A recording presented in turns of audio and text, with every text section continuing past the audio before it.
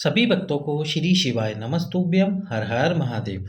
यदि आपका विवाह नहीं हो पा रहा है, 30 साल हो चुके हैं, 40 साल हो चुके हैं और विवाह पक्का नहीं हो पा रहा है, तो मंगलवार की प्रदोष के दिन इस उपाय को कीजिए। मंगलवार की प्रदोष के दिन यदि आप इस उपाय को कर लेते हैं तो मात्र 3 महीने के अंदर आपका विवाह पक्का हो जाएगा। तो इस उपाय में आपको क्या करना होगा, एक आटे का दीप बनाइए और उस दीप में आपको 4 लंबी बत्ती लगा देनी है। 4 लंबी बत्ती लगा दीजिए और साथ में उस आटे के दीप में आपको घी डाल देना है। 4 लंबी बत्ती लगाकर घी डाल दीजिए। अब इस दीपक को लेकर शिव मंदिर में जाइए।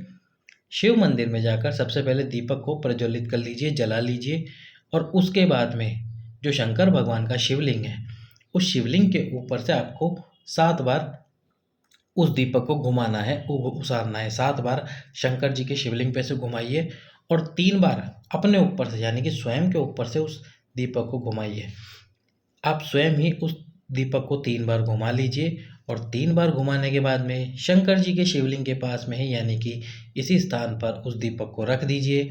आपके विवाह में जितनी भी अड़चनें और बाधाएं आ रही होंगी वह समाप्त हो जाएंगी। अब अगला जो उपाय है वो है मंगलवार का उपाय।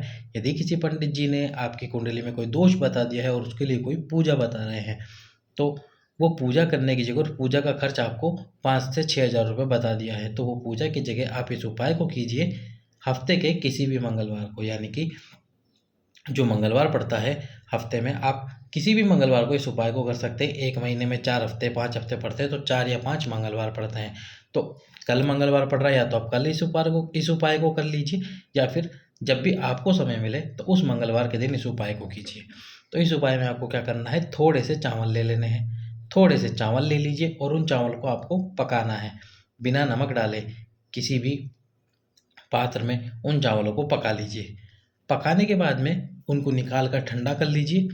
ठंडा करने के बाद उस चावलों में आपको क्या रखने हैं, 21 बेलपत्र रखने हैं और 5 शमी पत्र रखने हैं। जब आप 21 बेलपत्र और 5 शमी पत्र रखें तो जिस लड़का लड़की का विवाह नहीं हो रहा वही उन्हीं को ये उपाय करना है, स्वयं को किसी और से उपाय नहीं करवाना है। तो जब आप ये 21 बेलपत्र और 5 शमी पत्र रखें तो रखते समय आपको आपका नाम और गोत्र दोनों बोलना है। नाम और गोत्र बोलिए।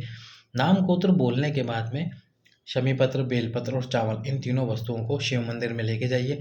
सबसे पहले जो चावल है उन चावलों को भगवान शंकर पे समर्पित कीजिए। जितने भी चावल है सब समर्पित कर दीजिए। उसके बाद में 21 बेलपत्र और 5 शमी पत्र, ये दोनों भी भगवान शंकर के शिवलिंग पे समर्पित करिए। अब समर्पित करने के बाद में 5 से 10 मिनट वहीं बैठे रहिए और उसके बाद में जो केले का पत्ता होता है या कोई आपके पास में पत्तल हो, उसके अंदर वो चावल और बेलपत्र निकाल लीजिए। शंकर जी के शिवलिंग पे से उठाकर उस केले के पत्ते पर, यदि आपके पास केले का पत्ता हो तो उस पर रख लीजिए, नहीं तो किसी दोंदा दोंदा पत्तल आता है उसमें रख लीजिए।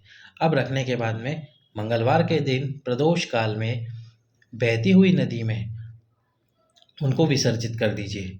अब इसका कोई और उपाय नहीं है कि यदि आसपास में नदी ना हो तो हम इसका क्या करें।